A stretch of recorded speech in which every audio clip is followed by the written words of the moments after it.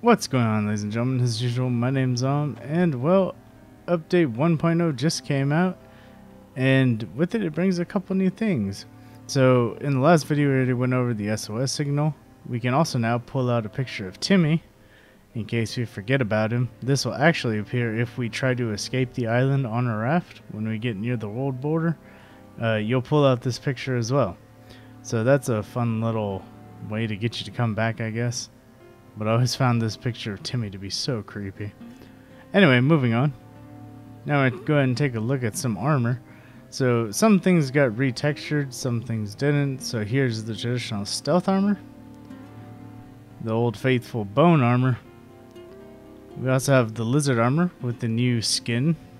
It looks pretty nice. And right here, and here we have the creepy armor, which is made of, well, the creepy mutants, the Armsies, Virginias, and Cowmen. So if you ever wanted to be hugged by an Armsy, now you can do it. This, folks, is high fashion. Thank you, End Knight.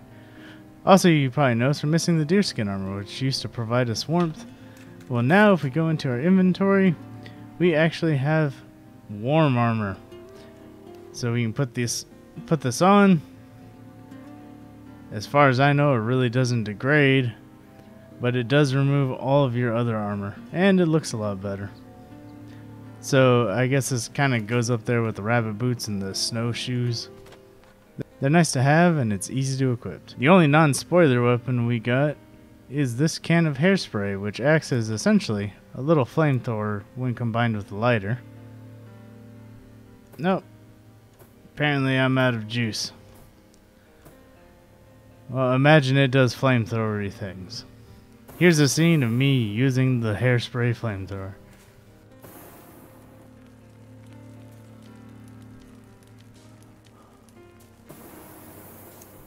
As you can see, they even changed the fire model for the leaf traps.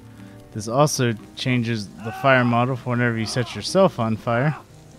As you can see, it looks a lot better, but you still have essentially crabs. Your crotch is on fire. And yeah, that's really about it. Moving on over here to the bonfire, they took away our ability to cook anything on it. So now the bonfire is solely just for light and to attract enemies. Other than that, it's pretty useless. But if you hook up a network of these with leaf traps, like I showed earlier, you can light them all at once. It's pretty cool. It kills your FPS and you can only do it once.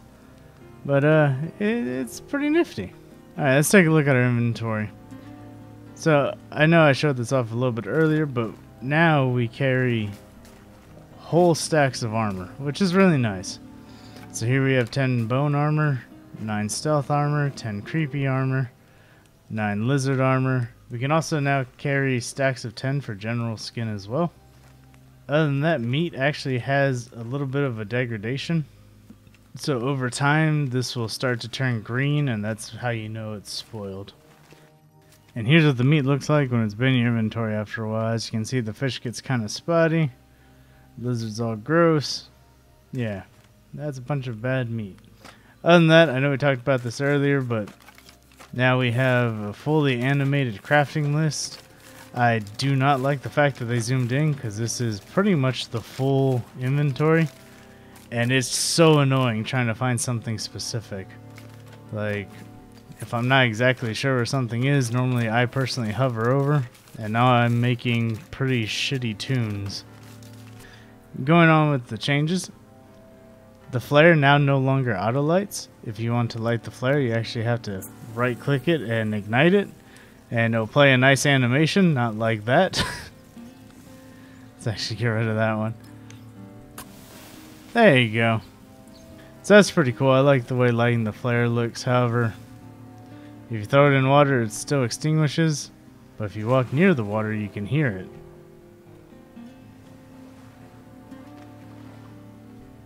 So that's a little bit of a bug. Because I can hear a flare, just can't see it. They also made some pretty odd build choices. So this chair here no longer uses rabbit skin, instead it uses deer skin. That's okay, understandable, I get it, they changed the model. However, this target no longer uses blue paint. In fact, it seems like they removed blue paint and, well, paint altogether just from the game, because I can no longer craft paint. So yeah, don't know what's up with that. Maybe they just got tired of us asking for more colors in this game and just decided to outright remove it. So that's fun. Thanks, Night. As you can see right there, what target? No paint. Also, if you missed the previous video, the entire survival book is now colored. So everything is nice and pretty. As I mentioned earlier, there's now an SOS sign. When playing in anything but hard survival mode, having a positive calorie count will always result in gaining strength. You might get fat too, but you'll still gain strength. Another change they add to this update, which is going to anger a lot of people, is you can no longer store just anything inside the catapult. In fact, now you can only have skulls, dynamite, explosives, rocks, and molotovs. That is it. I can't say put a bunny in there. It just won't work. So that sucks. Also, at night, if somehow you're watching this, please make your patch notes easier to understand. This is a catapult. You call it a catapult in the game, but for some reason, in every patch note, you insist on calling it limited multi-thrower. Just call it a catapult.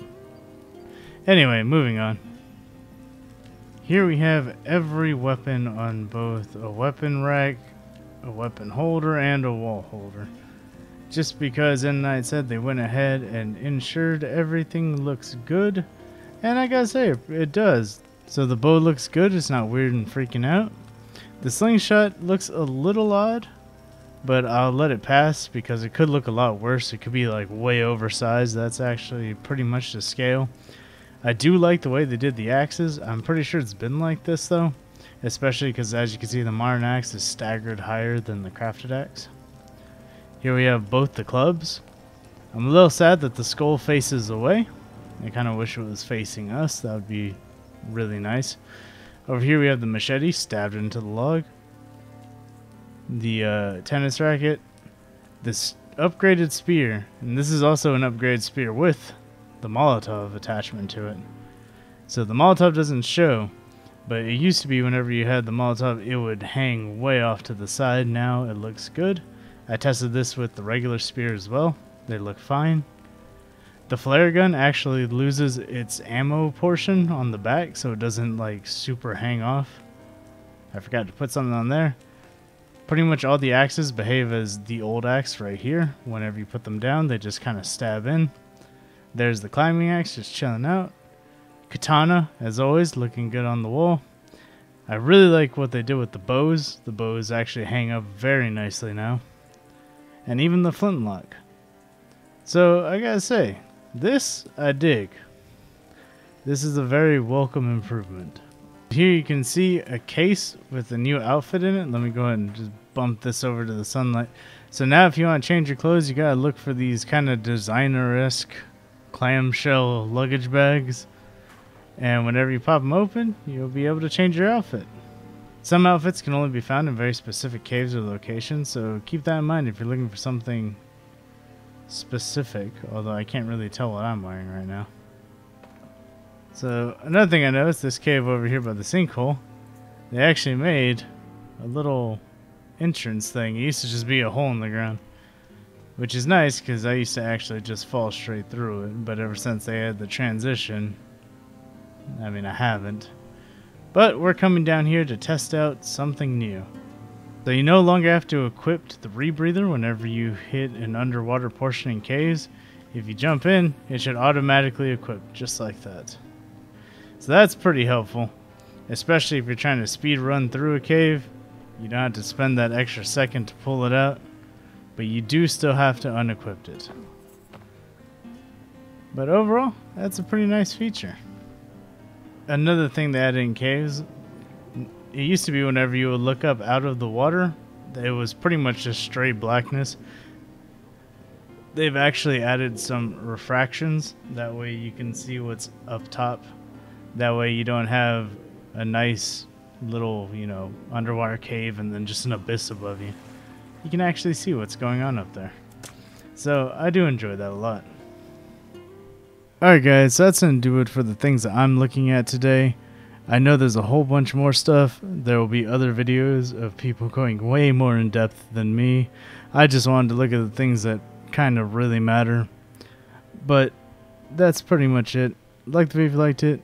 Get subscribed if you're new here. And don't forget, if you have a VR headset, we will all be getting a free copy of the Force VR May 22nd. Anyway, I'll catch y'all next time.